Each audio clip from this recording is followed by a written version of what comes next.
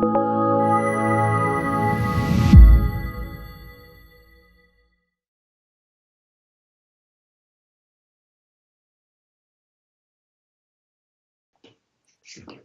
I'm Jacob Hornberger, president of the Future of Freedom Foundation, and this is this week's issue of the Libertarian Angle. The show, as many of you know, brings you the libertarian perspective on current events around the world. I'm joined as I am every week by Richard Ebeling, who teaches economics at the Citadel. Richard, good to see you again. Good to see you too, and our viewers and listeners.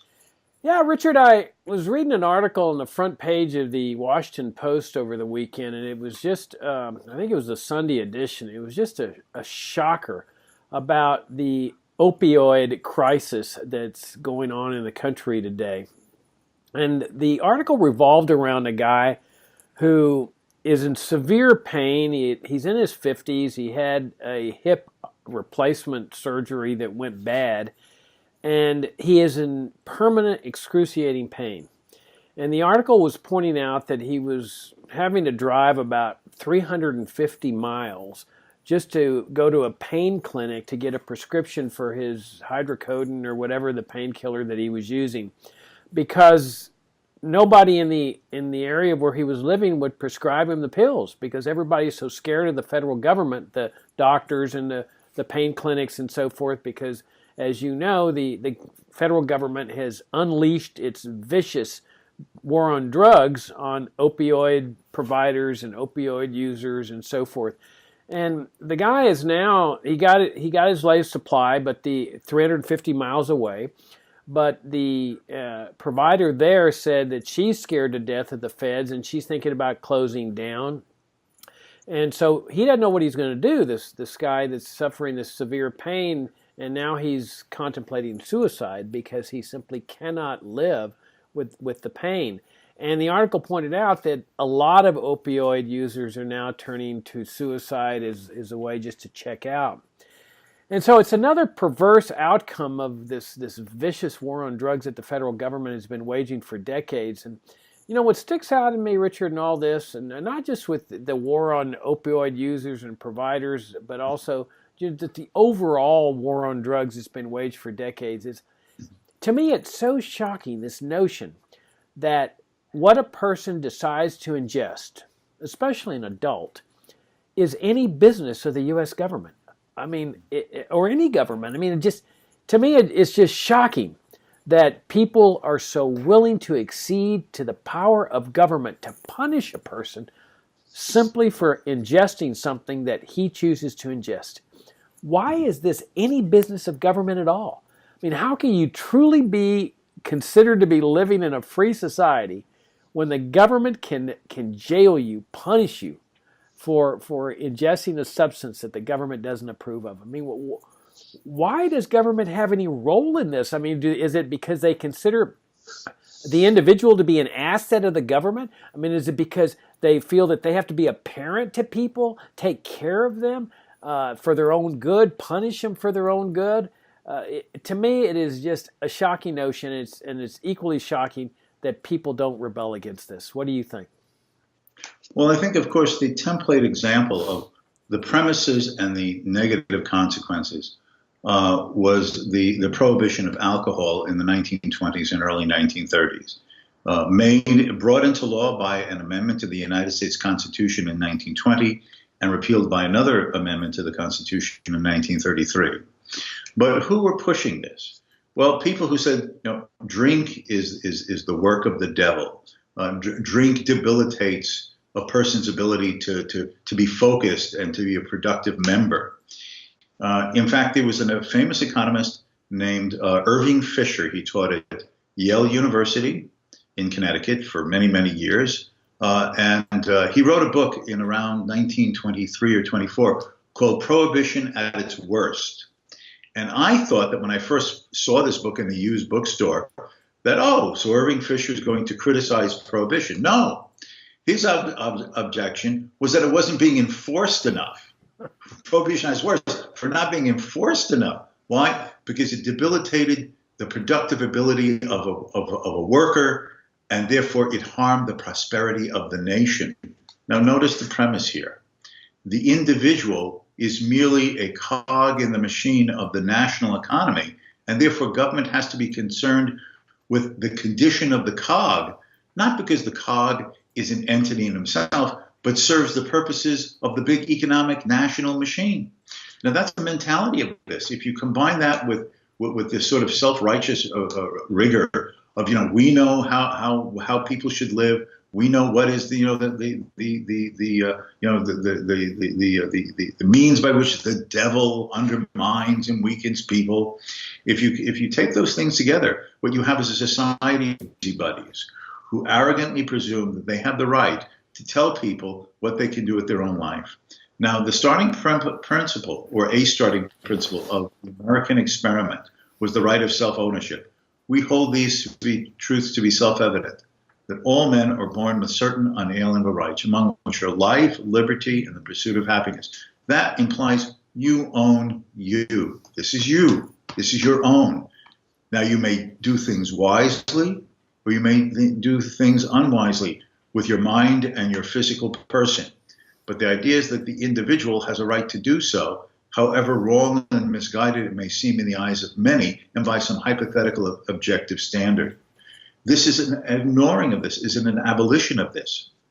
Now, let me draw one other parallel. Well, who are for the current drug laws, and who would resist their opposition, and who in fact will gain if the government crackdowns even more on these legitimate prescription opioid uses? Now, there's an economist named Bruce Yandel, and he teaches at Clemson University in South Carolina. He's now professor emeritus. He's an elderly gentleman. But decades ago, he wrote an article called Baptists and Bootleggers. And the idea is that politics makes for strange bedfellows. Who advocated prohibition? Well, the Baptists, we have to keep people living a self-righteous life. But who also then was aligned with them? The bootleggers. Once it was made illegal, they never wanted it to be made legal again. They had this illegal monopoly market, which they could use violence to secure and protect, both against the government and against rival gangs. So this was an alliance of them. Now, if you think about the drug war today, thank you, President Nixon. If we talk about the modern drug war today, who's advocating this? Many conservatives, though not only conservatives, to be fair. Drugs are bad for you. Drugs are harmful to you. It's not allowing you to live a virtuous life. And clearly you're too weak to make these decisions for yourself as to what to ingest, so the government must do it for you. But who tacitly, implicitly, is in an alliance with them to keep these illegal? The cartels. Yes, does the government attempt to interdict? Do they try to arrest cartel leaders? Certainly. But there's so much profitability from these illegal drugs that those are the risks of doing business that still enables them to be profitable. So who would not want to see the end of the drug laws? Well, the self-righteous individuals who know how you should live better than yourself, and those who gain from its illegality by having these corners on an illegal market. Now, let me suggest, even more than may be the case, if the federal government cracks down on these opioid prescriptions, and many doctors, fearful of their own practice, their license, possible imprisonment, for the government's interpretation of a loose prescription of these things, cut back on this or shut down or are not available, then more, whatever extent they exist now in these opioids, prescription opioids, a black market will extend. Its tentacles will go out. It will go across the borders between the United States and accompanying areas. And it'll be the same dilemma and problems as with narcotics such as cocaine and heroin and so on, or marijuana. And it will become a major endemic problem that will cause more problems, because then you don't know what's the purity of the opioids. What assurance do I have that the opioids have been chemically prepared in a way that would not be harmful to me? And then you'll have additional deaths, which of course the government will claim is due to the opioid epidemic, rather than they're driving underground a market that could be otherwise legal, and you could have assurances as to the nature and the quality of the product. And who then will oppose a reduction of a war on these prescription opioids, the very racketeers and drug gangs who will then have spread into those types of chemical substances beyond the ones we usually have the image of them dealing in. Yeah, the Washington Post even pointed that out, that there already is a black market with opioid substitutes that people are turning to. And you're right, it's an unsafe market. You've got unsavory producers as compared to reputable pharmacies.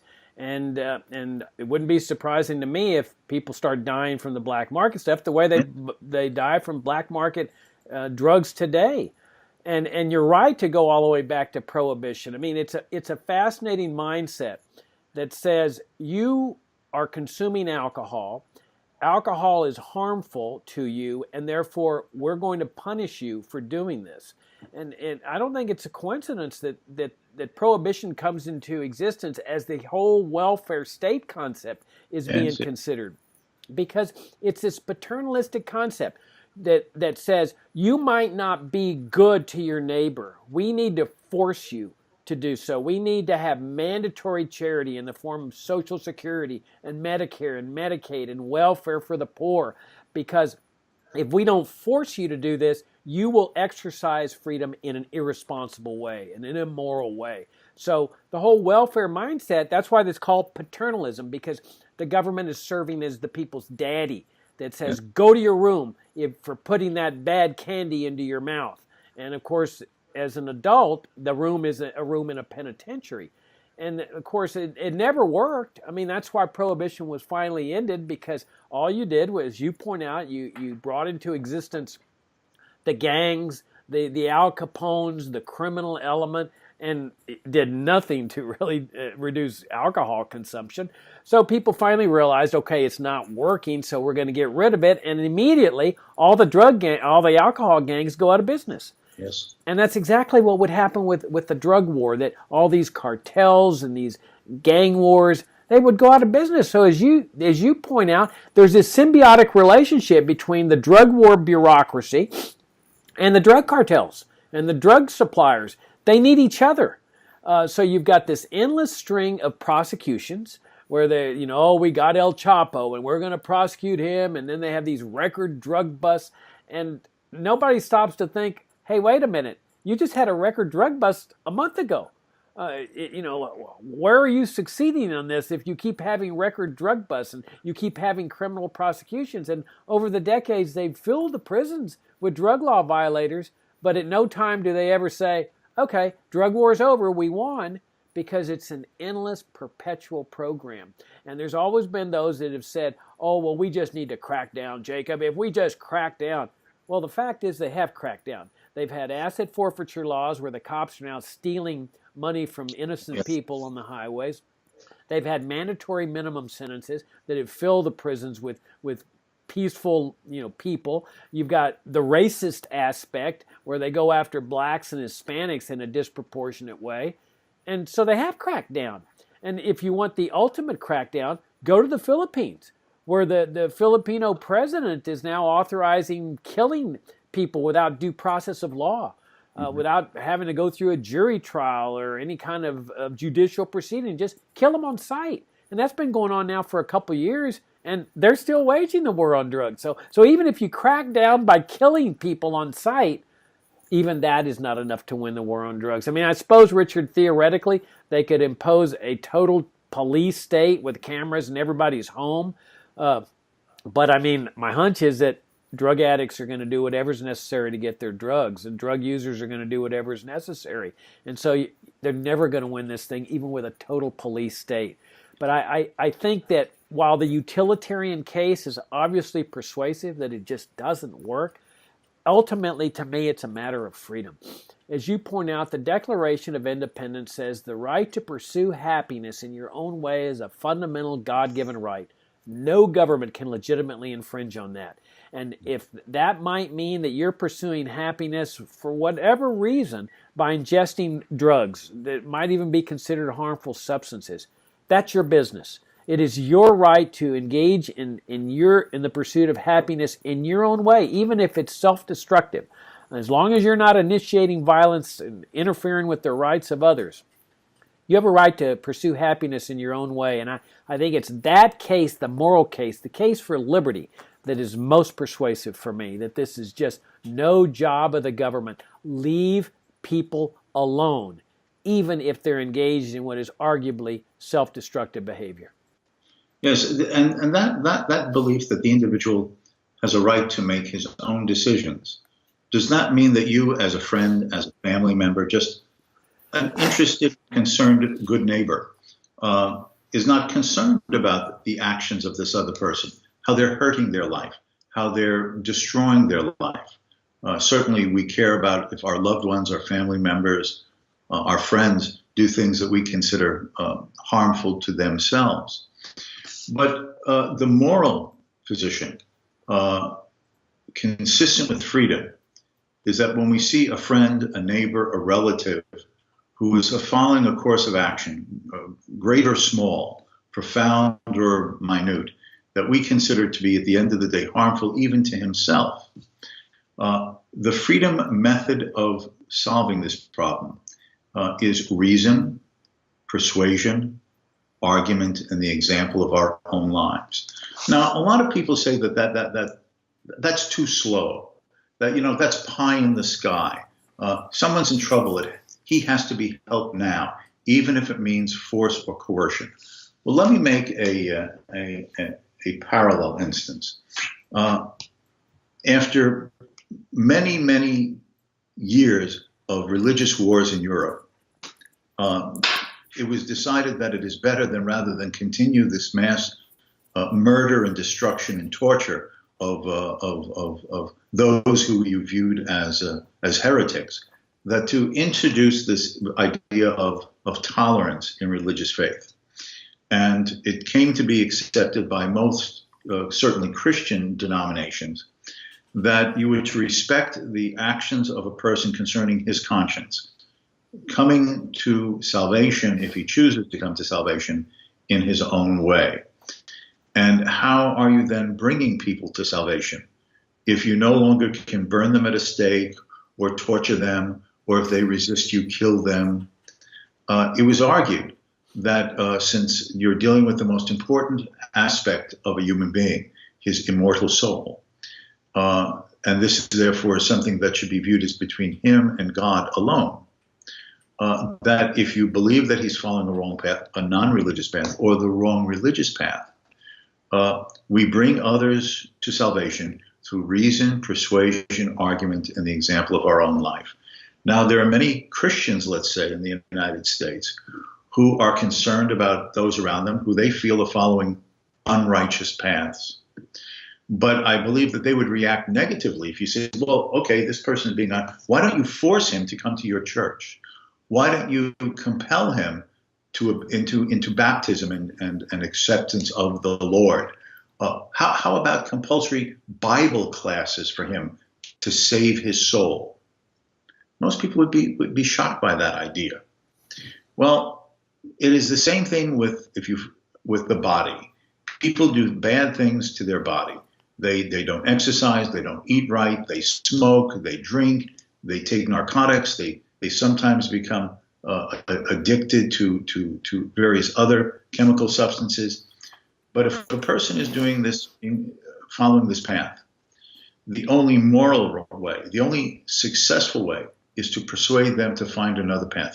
You can bend a person to your will in terms of his physical behavior, but that does not mean that you've changed him inside. Humans have the ability of deception to make an appearance of something they believe in or a form of action that they consider good when they are doing it only under compulsion and put on the mask so as not to have the negative consequences. You could force a person to be baptized. Does that mean he is really inside accepted salvation? You can try to control a person's external conduct, but does that mean that you have made them want to live in that different way inside of themselves and therefore a real change? No. The only way to do this is to persuade the person that there is a better way to live, whether it be a religious faith or to be free of a dependency. Or if you are dependent because of these pain situations, to try to handle it in a way that doesn't make your situation physically or mentally worse than it has to be, given the fact that you need something to help you just get by. Other than that, you're not changing a person inside, and therefore it is a fool's errand and will have negative effects and consequences, including black markets, wherever you implement these types of things. Yeah, the most successful drug rehab program in history is run by Alcoholics Anonymous. Yes, yes. It's a totally private group. They have no government funding, no government interference, and they have been successful. Why? Because they recognize the critical importance of a person wanting rehabilitation. He's got to be seeking rehabilitation. This idea that we can force you to be rehabilitated is absolute nonsense. And of course, it's highly immoral. I mean, why does the state claim the authority to interfere with a person's own growth? I mean, sometimes a person has to work his way through these things to become a better person. The state short circuits that process by saying, no, we're going to interfere here and put you in jail for the next 20 years. And the jail is filled with people. I mean, young mothers that are in jail for 20 years. Now some prisons are now letting them have their babies at least in the jail with them. So imagine that the kid is growing up in his formative years, 1 or 2 years old, in a penitentiary. I mean, this is bizarre. And the only thing these people are guilty of is doing something peaceful that the state disapproves of. And so, the question really has to be asked is, why is there so much drug addiction? I think there's a anger element here. I mean, think about it. There's this massive drug problem across society, enough to justify this huge drug war. And so why is it that there's so many people tripping out with these mind-altering substances? And I'm excluding the people like on the opioid problem where they really need it to solve their pain. These are people that just want mind-altering substances. And I think there's an anger element in the sense that, most, if not all these people grew up under the state's educational system, where the state had control of 5-6 hours every day, 5 days a week for 12 years, molding people's minds, telling them what they should do to live their lives, and just say no. Remember, that's a big principle. Say no to drugs, say no to drugs. All of a sudden, this entire generations of people that have been under state control during all these years are now engaging in mind-altering substances. And the state goes crazy over this. It's like, how could this be? We told them not to do this. Well, if you look at the Soviet Union, there was a high rate of alcoholism during their entire period of socialism. And, I think a large cause was the socialism itself, that socialism creates despair, hopelessness. People, they don't have the opportunities that a genuine free market does. And I think there's a lot to be said for that's what's going on in America today, that people have grown up under a welfare state. They've been convinced through indoctrination that it's freedom, that the warfare state is freedom, that killing all these people on a daily basis overseas is freedom. And so you have all this dysfunctionality in America, these unexplained mass murders, the massive drug addiction, ever-increasing suicide rates, and people scratch their heads and says, well, why are all these bad things happening? My hunch is it's because not only are people living in a socialist society, but even worse, they're convinced in their minds because of indoctrination that it's all freedom. And it brings to mind Johann Goethe's famous quote, one of my favorite quotes, "None are more hopelessly enslaved than those who falsely believe they are free." And I think that when you falsely believe you're free, when you're really not, it has the tendency to create a psychosis in people. I think any psychiatrist will tell you that when you live a denial of reality, that it's going to have effects. And I think in the larger scheme of things, we need to be asking ourselves, why is there this drug problem? And I suggest that it all goes back to this welfare warfare state way of life that America has adopted since the 20th century. Well, I think we have to ask the type of question you're suggesting. Why do people feel that they need these types of chemical crutches? Now, even if there wasn't these types of disincentives and closed doors that the government creates in many facets of society, the fact is a lot of people from their personal experiences, their family circumstances, accidents that may have happened to them at some point, make them have a deep sense of despair and depression and despondency. And not willing or unable to commit suicide to sort of end the pain in that sense, they look for ways to sort of dull the senses to overcome these disappointments, frustrations, or senses of despair in their personal lives. And so they get hooked on drugs. Unfortunately, this is an element in the human condition and in the weakness of people inside themselves, even if you lived in a free society, unfortunately. It may not be as great as it is today, but unfortunately, this is part of the imperfection of human beings.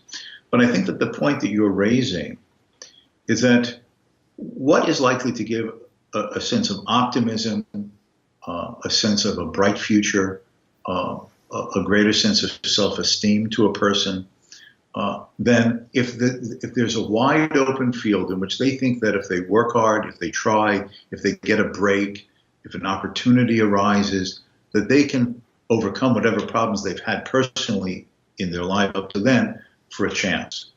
But people are put into these government schools, as you correctly say, for 12 years, mind-numbing for many young people, burdened further with the political correctness that now goes into the educational process, which has been undermining the traditional notion of both how to teach and what should be taught.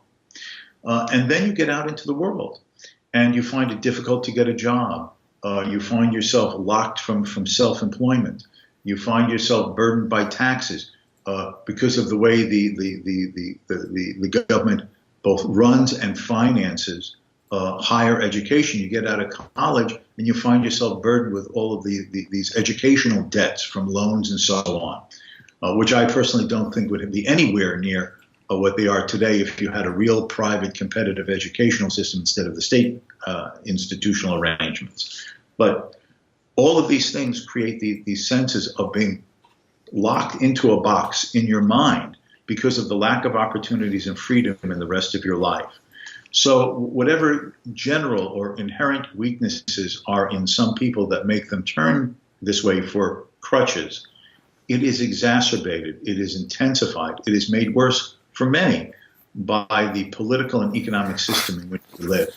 The type of extreme case outside of the United States is, a few years ago there were those riots in France, predominantly in what are these called these satellite residential public housing projects around Paris and a few other cities, which are populated predominantly by either immigrants or the descendants of immigrants from the Arab-speaking world, particularly former French colonies in Africa or the Middle East. And why were they? What kind of despair makes you not only have drug uses, which are in these communities, but to resort to violence?